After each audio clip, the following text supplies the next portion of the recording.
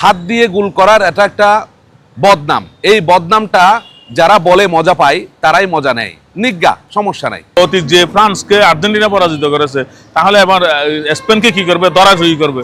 ইতিমধ্যে দুটি সেমিফাইনাল খেলা, ইতিমধ্যে একটি সেমিফাইনাল শেষ হয়েছে, সেখানে আমরা ফাইনালিস্ট পেয়ে গেছি, সেটি হলো স্পেন। তারা শক্তিশালী স্পেন এবং হারিয়েছে শক্তিশালী ফ্রান্সকে। সুতরাং ফাইনালের টিকিট নিশ্চিত করে ফেলেছে স্পেন। আজকে যে প্রত্যাশা সেটি হলো এখনও পর্যন্ত মাঠে গড়ায়নি দ্বিতীয় সেমিফাইনাল, অর্থাৎ শেষ সেমিফাইনাল, এবং সেখানে আরও দুই শীর্ষ প্রতিদ্বন্দ্বী, যেটিকে হট ফেভারিট প্রতিদ্বন্দ্বিতা করছেন, আর্জেন্টিনা এবং অন্যদিকে ব্রিটিশরা, ইংল্যান্ড।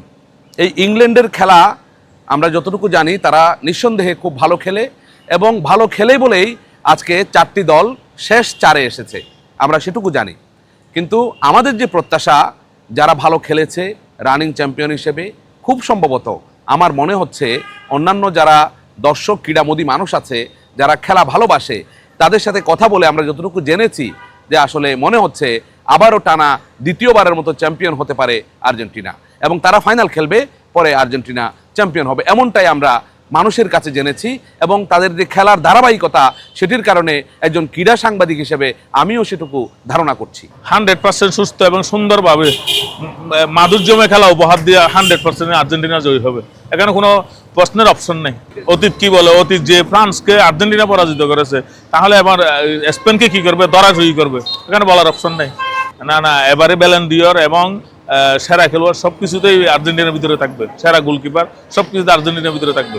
দেখুন, হাত দিয়ে গোল করার এটা একটা বদনাম। এই বদনামটা যারা বলে মজা পায় তারাই মজা নেয়, নিজ্ঞা, সমস্যা নাই।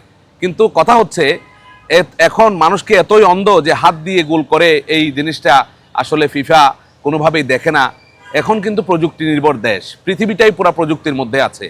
এখন অফসাইড হলে কিভাবে অফসাইড ধরে আপনারা দেখেছেন, এবং বলের মাঝে সিগন্যাল আছে কিভাবে অফসাইড হয়, সব মিলিয়ে এখন প্রযুক্তির এত বেশি বেড়াজাল হয়ে গেছে, এখানে মাঠের 4 কোণায় হাজার হাজার ক্যামেরা বসানো আছে। সুতরাং এখানে হাত দিয়ে গোল করা আর হচ্ছে চুরি করে কোনো কিছু করা, এ ধরনের ট্রেডিশন, যেগুলো বদনামের কথাবার্তা, যারা দেখতে নারী তার চলন বাঁকা, এরকম একটা কথা আছে। আসলে যারা যে দলকে পছন্দ করে না, সেই দলের চলন বাঁকা, হাঁটতে পারে না, খেলতে পারে না, এভাবে নানা ধরনের বদনাম করে। এই বদনাম থেকে আসলে আমাদের মানসিকতাটাকে পরিহার করা দরকার। যারা ভালো খেলে তাদেরকে সাপোর্ট দেওয়া দরকার, এবং আমার বিশ্বাস লিওনেল মেসি একটা তারকা প্লেয়ার, এবং সে সারা বিশ্বের বহু প্রজন্ম থেকে প্রজন্ম পর্যন্ত একজন মেসি আর মনে হয় তৈরি হবে না, খুব সম্ভবত।